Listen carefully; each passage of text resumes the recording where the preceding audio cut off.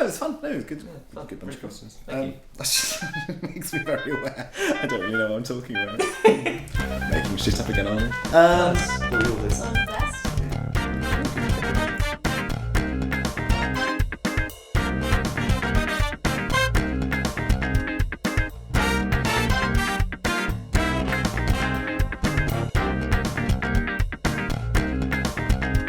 Hello and welcome to episode 10 of the Overperformance podcast. Thank you so much, everyone.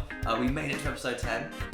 So to celebrate that, we have a very, very special guest today. Very good friend of mine, the wonderful, incredibly talented Mr. Benji Sperring. Hello. Benji, how are you? I'm alright, thank you. Not too bad at all. How are you? I'm not bad at all, thank you. Thanks so much for coming all the way. Pleasure. So, we're just going to get right to it, because I know you're in a rush. How did you first get involved in directing? I went to university and I had a very strong plan that I was going to be a teacher. So I went to go and do drama and English up in Manchester. And when I got there, I joined the Drama Society and things like that. And while I was in my first term, I asked the Drama Society if I could direct a piece. I'd never done it before, but I kind of wanted to see what it was like. So I looked at doing Sweeney Todd at the not even at the Palace Theatre. I was looking to do it at the Union, and I sort of started sending emails to people around Manchester and saying, "Oh, you know, I'm looking at doing this show," and a programmer who ran Manchester Theatre website ended up contacting me and saying, "Well, why not do it at the Palace?" And the Palace was a 1,500 seat venue in the centre of Manchester. And being 18 and naive and somewhat arrogant, I said, yes, I'd love to. So we did 3 nights of this show. However, halfway through the rehearsal process, it turned out we didn't get the rights to Sweeney Todd, so we ended up doing Assassins instead. But yeah, it sort of gave me a taste for it, and it was a really steep learning curve to begin with. It was just taking a bit of a risk, and I think the nice thing about doing it when you're that young is that you don't realise the gravity of the situation, and that you can fuck it up really easily and not many bad things happen to you. So we ended up putting on a great show. I had a great cast who've now, you know, gone on and done remarkable things. It turned out to be a success. So after that, people were asking what I was going to do next. So then I started thinking about other shows that I really wanted to do, and looking at other venues. And then gradually over my career, I've downscaled so that by the time I started professionally directing, I was working in a 50-seat venue. But it was a real trial by fire, and just a great opportunity to really, you know, and also when you're working in Studentville, you've got thousands of people who want to get involved, and you can ask for favours, and also as a student you can be as cheeky as you like. So we ended up getting an awful lot for cheapsies and freezies, which was brilliant, which obviously now I'm sort of working in the industry doesn't happen.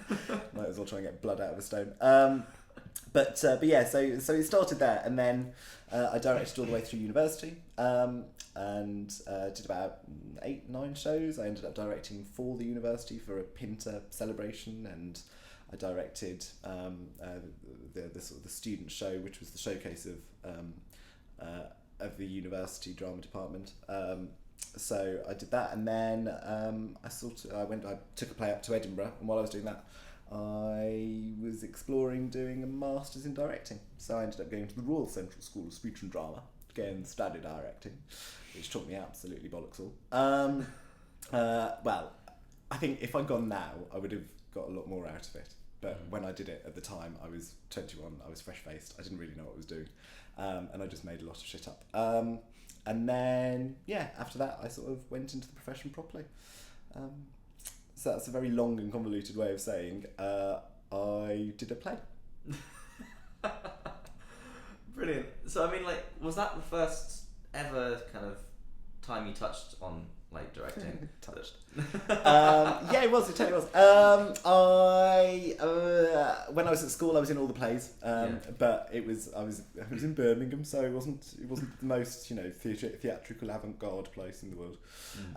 And I was in a year of non-dramery people, so I was the only person I think in my year out of 100 boys who went to go and do English, let alone drama. And yeah, it was. There were plays every term and things, and I got involved in them, and I did musicals and I did all of that stuff. But I'd never thought about directing, and I had no real urge. But I found a love for it when I started doing it, and there's a certain a temperament I think that works well with directing, which I appear to have. I didn't piss off too many people, and people didn't want to kill me. And yeah, it was just a bit of serendipity. But I don't.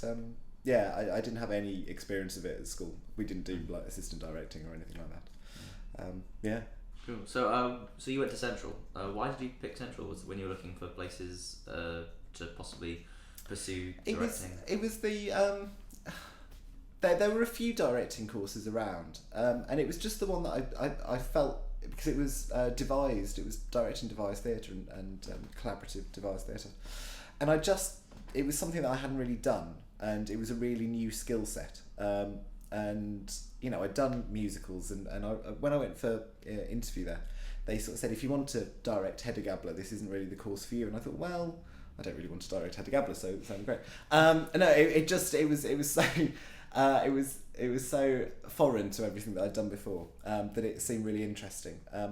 The first thing they told me on the course, I'm not going to say who it was, they said, well, we can't teach you directing. And this was after I'd paid quite a lot of tuition fees and moved my entire life to London.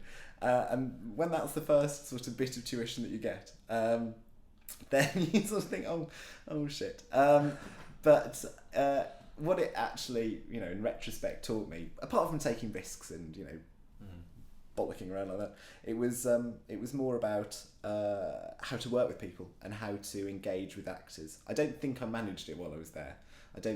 I really struggled to find what the position of the director was on the course. Obviously, you stand at the front with a coffee and look cool, but the whole sort of, the engagement with the actors and what actors bring to you. But now I've entered the profession and I sort of retrospectively look back on it, I can see that it's all about how you work together and how you look for what everyone can bring, and then you sort of sift through all of this gold until you create a diamond. There you go. I'm mixing my metaphors there, but it was a useful course in terms of how to work with people, because there was loads of different disciplines that you could choose from. So people were coming together from totally different backgrounds, and there were mimers, mimists, and puppeteers, and sound designers, lighting designers, scenographers, dramaturgs, which is a phrase that I don't think I've really heard of since I've left Central. And yeah, you sort of all clubbed together, and then sailed a peculiar ship. Good. Sorry, I just finished a sentence quite randomly there. I didn't expect to. Sorry, carry on. So what kind of shows, once you had left Central, did you find yourself wanting to direct? And what did you find that you ended up actually doing? I've always, ever since I was at university, actually, I'm a real Sartrean. I really like existential stuff, and I think theatre is at its finest when it questions our place in the universe and in our own understanding of where we are. So when I was at uni, I was directing bits like Hui Clo, and I did some Pinter, things like that, which were quite exploratory of the sort of man as a self-defining being. Then when I left uni and started working on my own, I sort of had that side going. My first professional gig outside with my own theatre company was The Monk. My first professional job once I left university was director in residence at Eton. So I did 6 Characters in Search of an Author, which Pirandello, which is a real sort of existential question about what makes a character and who we are, and whether characters are different from people, and it was beautiful and lovely, and I got to really play with that. And then I did Under Milk Wood, which was very similar. in terms of a small decaying town that was slowly falling into its own definition. I sort of had that style all the way through, and I kind of hope, I say that, the more work I do, the less it's becoming about that, and the more it's becoming about knob jokes. But from Sartre to knob jokes, I think that's the name of my autobiography. But it's more about, and there is that sort of level of identity that I think goes through my work all the way through, about who we are and about what defines us and what defines us within the world that we're in and within the group of people that we're in. So I've sort of played around with that idea.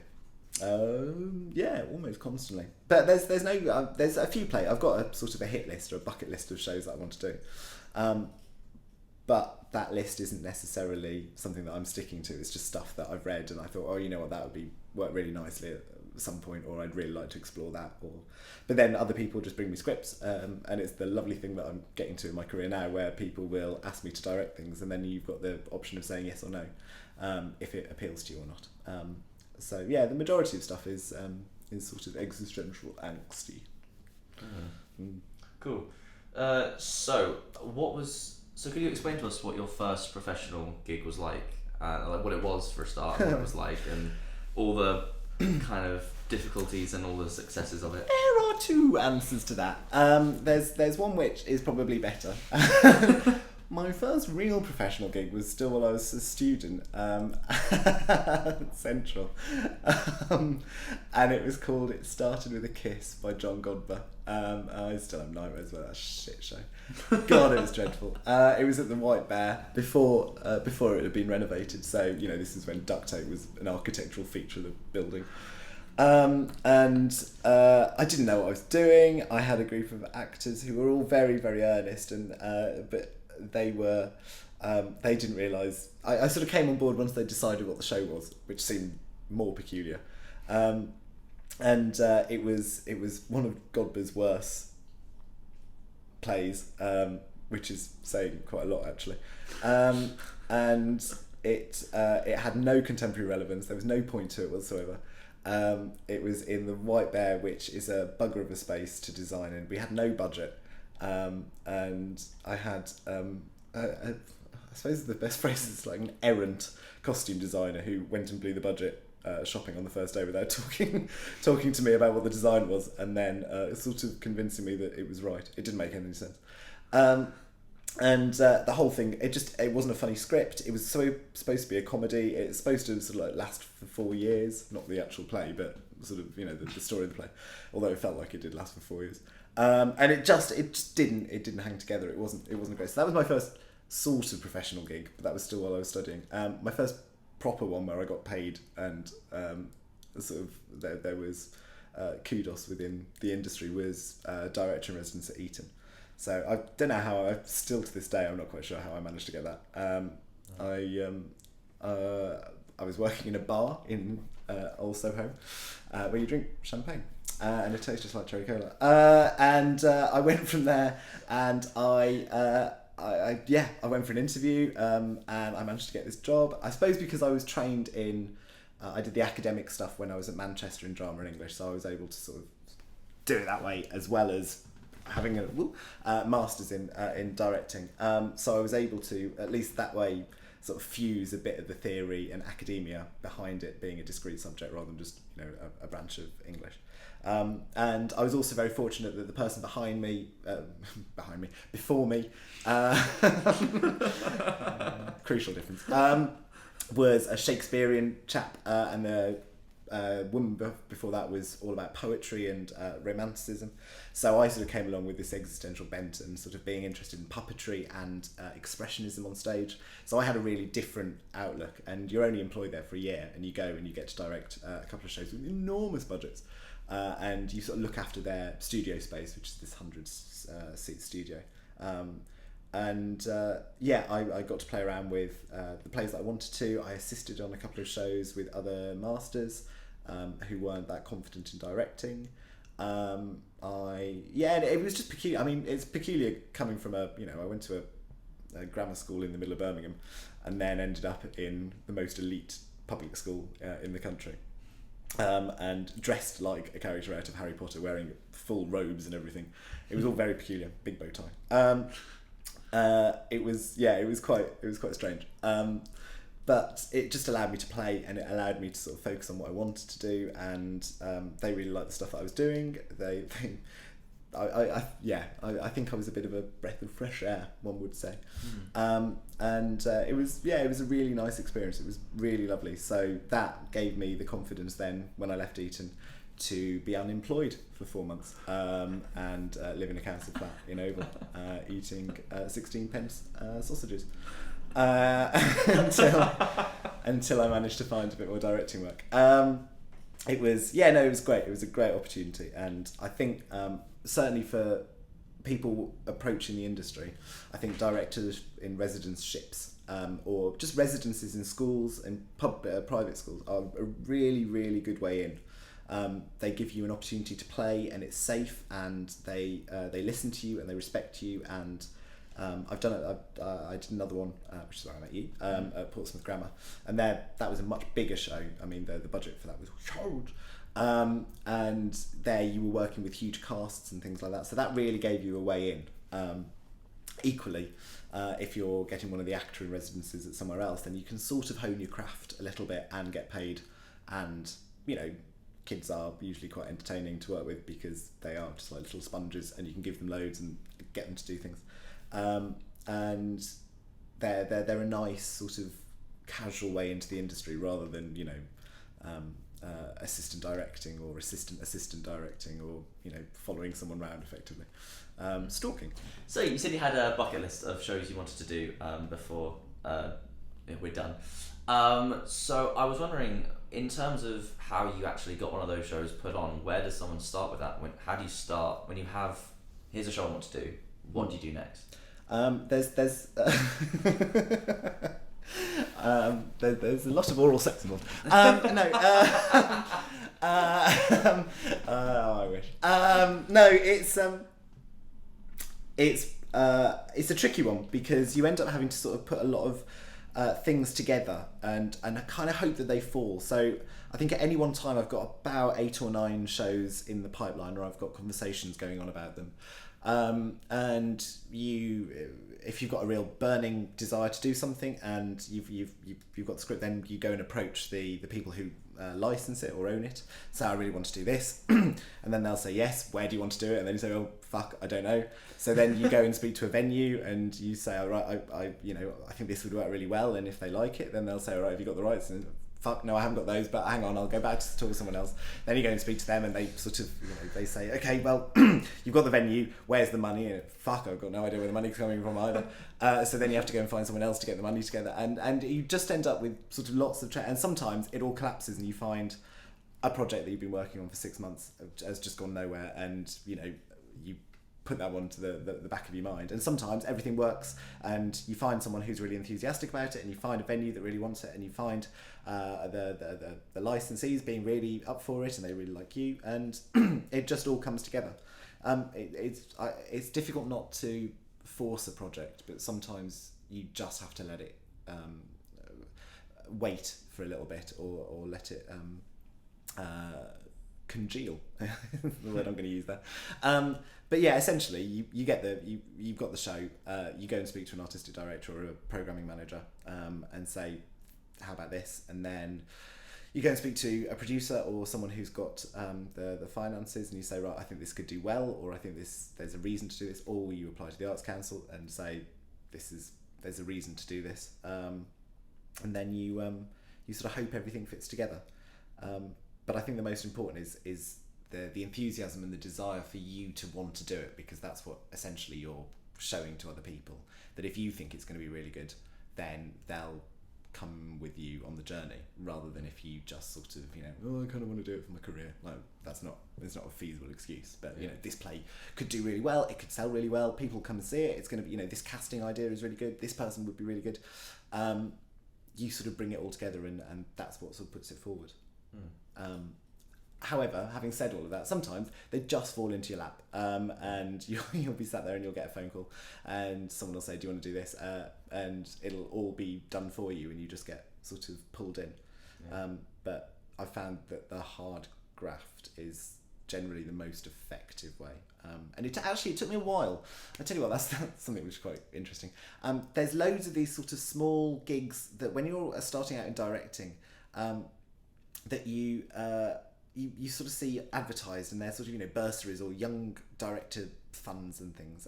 The Young Vic does one, and I'm not bashing it because it's a great thing to take part in.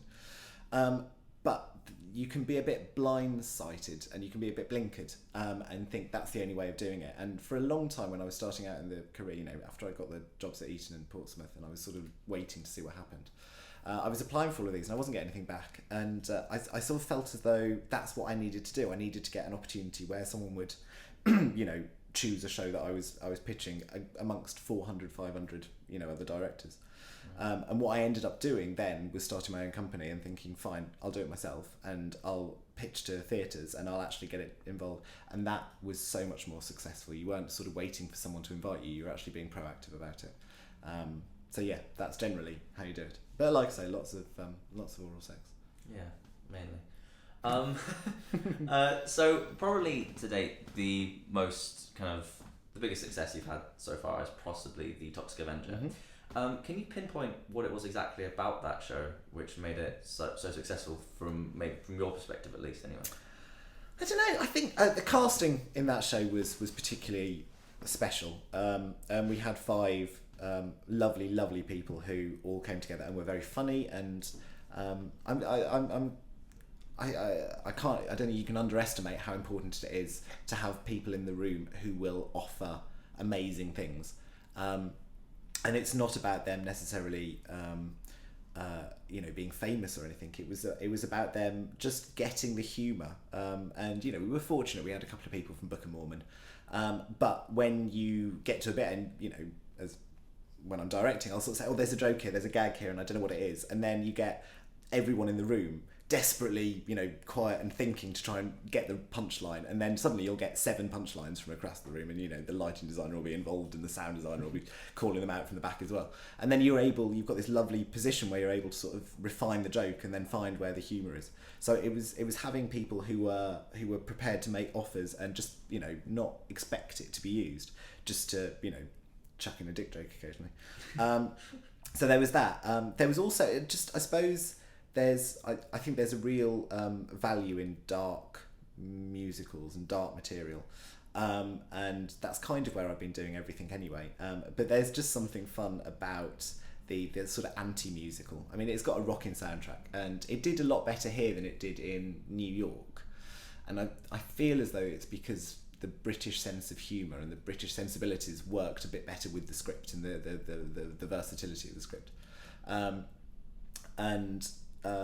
Aside from all of that, I think it was the multi-rolling. I think every show needs a hook, and I think in Toxic Avenger, because it was 5 actors playing 47 roles, something like that, that was a real coup de théâtre where people were just engaged by the fact that the quick changes were constant and the characters were constantly moving, and as a shtick it worked really well. So there were a lot of factors, but I think, and also apart from all of that, it's just a bloody great show. I mean, it was fun and it was interesting and it was unusual. But yeah, there were a lot of, it was a bit of a golden boot when everything sort of came together really, and just the great cast and the music and a great band and a great design and a great team working on it, and just everything sort of smooshed together really lovingly. Awesome. So when you were in the rehearsal process for that, you obviously had actors putting forward ideas really well. I think probably a common mistake or kind of fear with a lot of actors is they worry about putting their ideas forward because they might come across as a bit shy or a bit blunt or something. What would you recommend is the best way probably for an actor to, if not kind of impose an idea, but kind of put forward an idea they've really been working on? It does change from director to director. So I know some directors who are very controlling and very auteur, who will say, "Oh, you need to, do it like this, stand there," and they'll treat actors like robots. However, I feel as though with a collaborative background, you just, it's generally when someone's excited about an idea, like when something clicks in your mind, when you're rehearsing, you'll suddenly be like, oh God, I've got a really good idea. We need to do that. Try this, and then you'll try it, and sometimes it'll be shit, and sometimes it'll be amazing.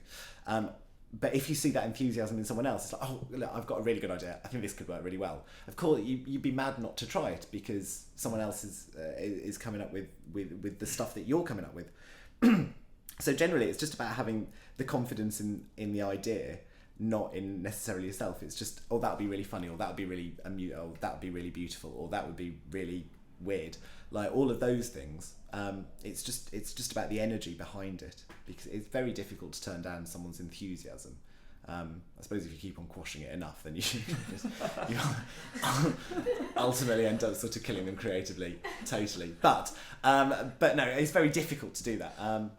So for me, it's just about, Benj, wouldn't it be fun if we did this, or there's a good joke here, and yeah, of course, you'll use that. But it's, yeah, I understand what you mean. I don't think anyone ever comes into something saying this is what we should do. I think it's, wouldn't it be interesting if is the sort of, because then you're just playing, and essentially I think that's the thing in the rehearsal room that I really like, and I think quite a few people can forget that you're there to play. It's called a play. We're there to play. You make good stuff when you are dicking around and you are messing around and you are trying to make each other laugh, because if you're making yourselves and each other laugh and you're in this for 3 weeks, then when you present it to an audience, they're going to feel all of the fun, all of the beauty, all of the questioning that you've done. And likewise, if you're doing tragedy, or if you're doing something deep and meaningful, if you're posing questions to each other, that complexity will come through in the story. And if you're making each other feel very emotional while you're doing it, that will come forward as well. It's just about that what's it called, like an induction loop. Cool. So Toxic Avenger, that was the first time it had been done in the UK. Yeah. Right. Yeah. So how do you find you approach new works versus classics that have been done hundreds of times? Do you try and keep it fresh and original, or do you want to stick to the author's original vision? I don't really.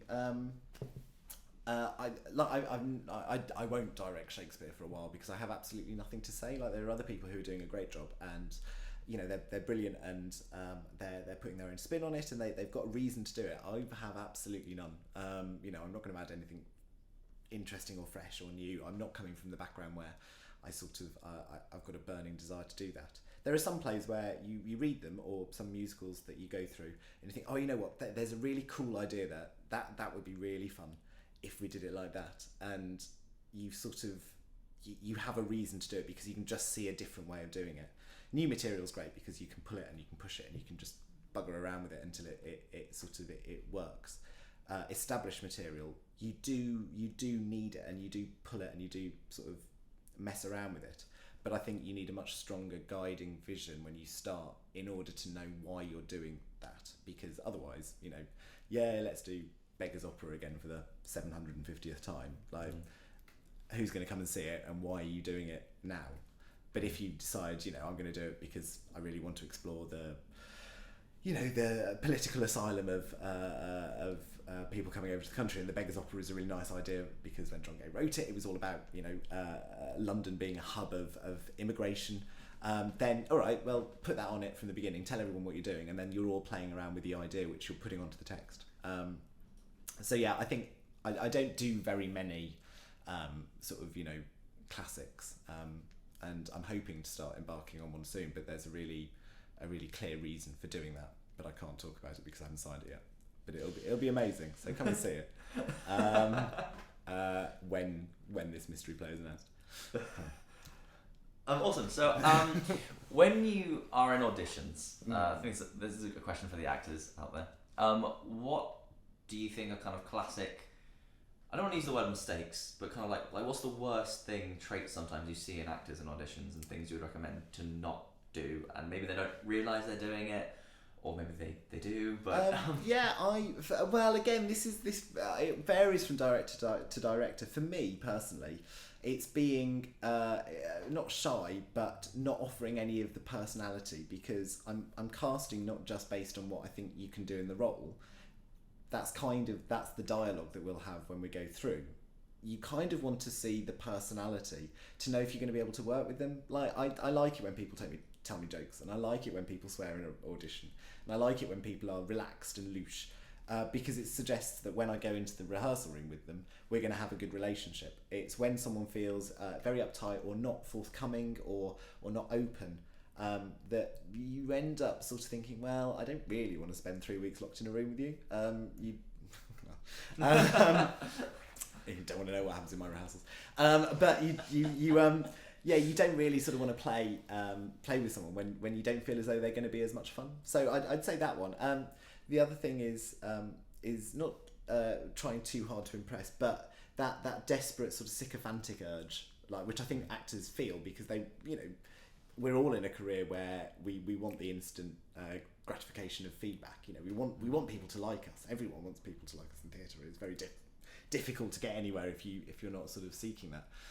But it's the overbearingness of sort of tits and teeth. It's like just be yourself and be normal. And sometimes you're going to meet a director who you don't get on with, and that's fine. That's not a judgment on you or the director. It's just about the fact that when you go and work in Sainsbury's, you're going to get on with people and you're not going to get on with people. But it's when you're trying to force that, so it's either not doing that or doing it, is what I'm saying. So don't force it, but force it. So you enjoy that.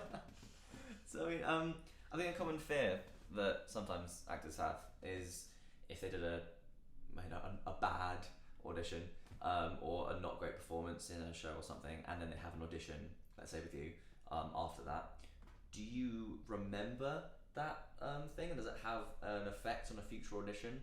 Or so generally in my auditions, the way that I'll work it is when they come in, my casting directors fucking hate me for it, is I'll chat to people for 5 minutes and I'll sit them down and talk about what they were last doing and what they've been doing recently and what they want to do and what they think of the play, and depending on where they are in the process, if it's a recall, then I'll have expected them to read the play and read up on it, and that bit's really important, that if you're sat down and chatting to someone and you get a really good vibe, sometimes the role won't be for them, or they won't fit in with the rest of the casting because it's all this complex web of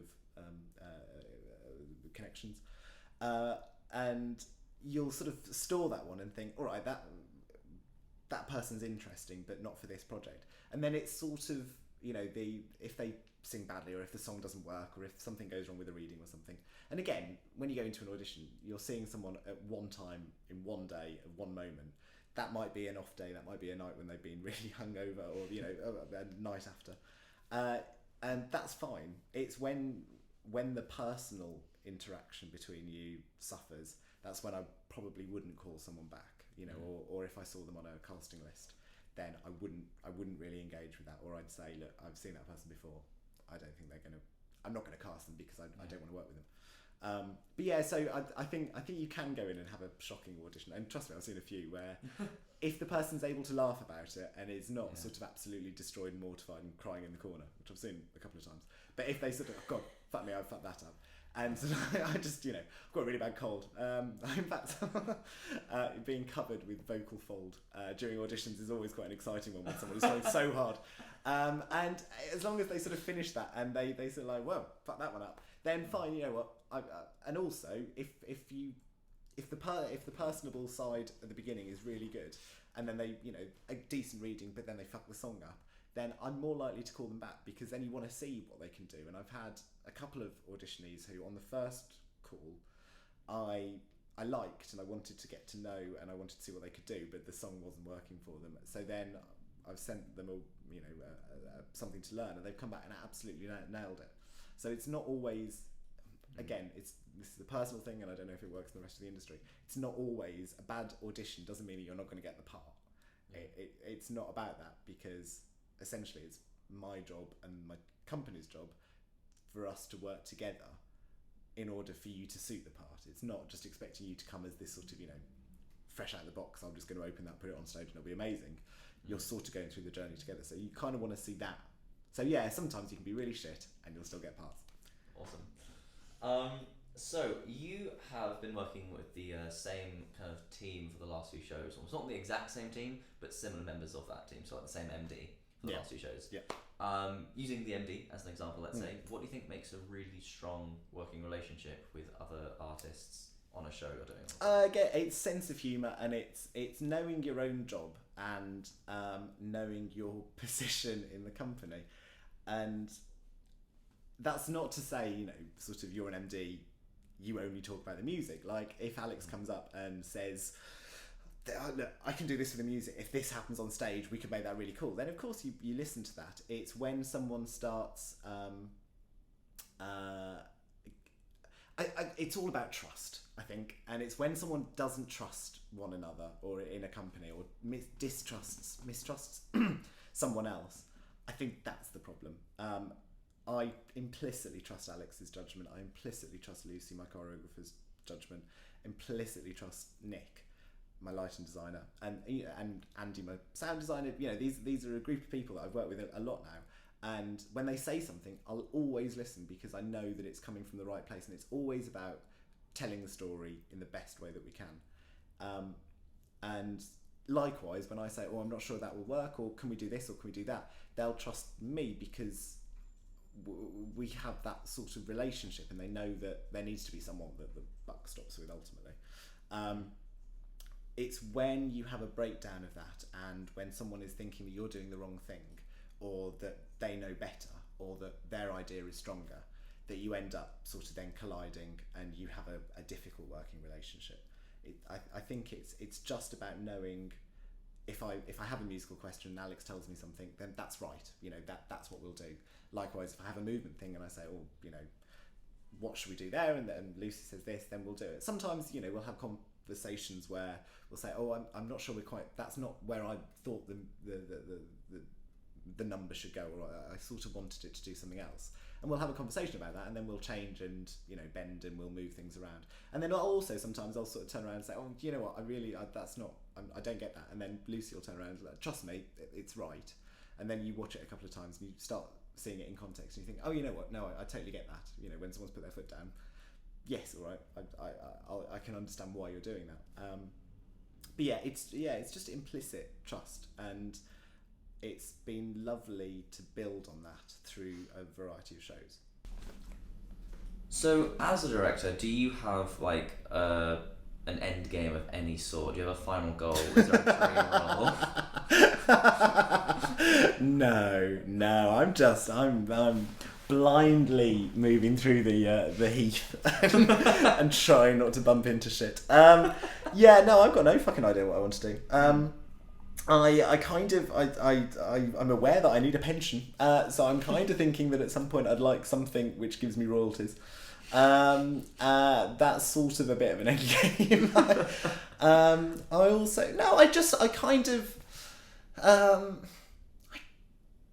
Without going too deep and dark about it, I kind of want to leave something, like a legacy, a show that people remember forever. When I was studying, my favourite director is Evgeny Vaktangov, who was a Russian. He sort of merged expressionism and realism. He was really cool, and he was fit. Great beard. And he died when he was 28, and he'd sort of directed about 6 or 7 shows, but he merged Meyerhold and Stanislavski for the first time and created it. And there's, you know, the Vaktangov School in Moscow is one of the most impressive drama schools in the world. And people still talk about his shows. They talk about when he did Ansky's... as soon as I said that, I realised that I couldn't actually remember the name of the shitting show. It's the Jewish folklore. It's not the Golem. Anyway, totally different. Yeah, it doesn't really. Google it and flash it on the screen. How peculiar. Anyway, his some of his work. The images that came from it. He had sort of blow up inflatable houses that he used as the village, which then when this being, oh god, I wish I could remember the bloody thing, the actors sort of kicked them away, and it's such a lovely image of being able to sort of float the town away and move it. So long story short is that I kind of want to do something at some point where people will remember that moment, and they'll talk about it as though I was there, you know, something happened that was really special. And I've been very lucky, you know, I did the sequel to the Rocky Horror Show for the first time on stage, and that I think, will hopefully go down in the annals of time. Annals of time.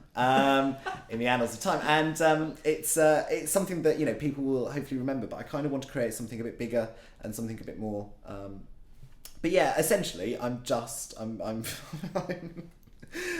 stumbling blindly through the industry and trying not to piss anyone off. Awesome. It's really the best thing to do. So, we're just going to ask a few last minute quick fire questions. Excellent. Just a bit of fun that we do with every guest. Oh, brilliant. So, answer these as quickly as you can. Cats or dogs? Cats. Favourite comfort food? Chocolate. Ideal holiday location? Twatwoes. Barbados. Favourite word? Cunt. Yay. Least favourite word? Clammy. Ooh. Least favourite food? Onion.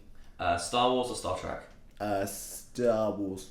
Lord of the Rings? No, that's a lie. Star Trek. Sorry, I don't know why I said Star Wars. I don't like it. Good. Lord of the Rings or Game of Thrones? Oh, Lord of the Rings. Favourite swear word? Right. I quite like cockwomble. Fuck is really satisfying. I could do this all day. But bollocks is a really good swear word when you're really pissed off. So, all of those. What superpower would you have? Being able to read people's minds. Cool. And last question of the show. The title of the show, in fact. So, what next? I'm doing something which I haven't announced yet, and I can't. But it's a long-standing musical that we're going to do in a completely different way, hopefully, at a really lovely venue, hopefully, with a really nice cast, hopefully. So that should be about April. Then I've got in sort of June, July time, I'm doing another new musical, which is coming from some brothers who wrote a West End show about 5-6 years ago, a bit longer than that actually, and it's really good fun. It's really good. We're changing the title at the moment, so I don't know what to call it, but it's very tongue in cheek. It's all about like a religious TV channel. It's a musical, a religious TV channel that just starts showing porn. Which just, when someone says that, of course that's my show. Of course I'm going to direct that. So I've got that, and then hopefully bringing Toxic Avenger up to, or doing a tour with that in the latter half of 2017. And what else have I got? Oh, I'm doing James and the Giant Peach with a bunch of kids, which is very adorable. And I'm quite looking forward to making them all big insects. Also, I've got I can't actually I've got another show next year which again I can't talk about, but that should be cool. And then I'm on the pitch circuit for 5 or 6 other shows which I'm hoping to bring over from the States or sort of revive. And again, it's trying to find the right location and the right place, and yeah. So quite a few, but yeah, it's all good. It's all good fun. Yeah. Awesome. Hooray. Well, Benji, thank you so much for being on the show. It's very been welcome. Absolute pleasure to have you. And thank you everyone who tuned in for Hooray. this week. Thanks. Make sure to follow, like, subscribe, all that crap as per usual. But then we might take a bit of a break over the Christmas period, and then we'll be back again. So guys, thank you so much for tuning in for the last 10 episodes. See you all very soon. Have a wonderful Christmas, and see you later. Do I put my clothes on now? Yeah. Okay. Yeah, that's a good time. See you later, guys. Bye. Thank you everyone for tuning in to episode 10. As usual, if you like the sound of Benji and want to see what he has been up to, make sure you click on his links. Also, if you've missed an episode, feel free to head on back and take a listen. We'll be taking a break until the new year, but as always, leave us a comment, tell us what you like, what you don't like, so we can make sure to incorporate your feedback once we start up again. Have a happy holidays from James and myself, and make sure to tune back in for another awesome episode of So, What's Next?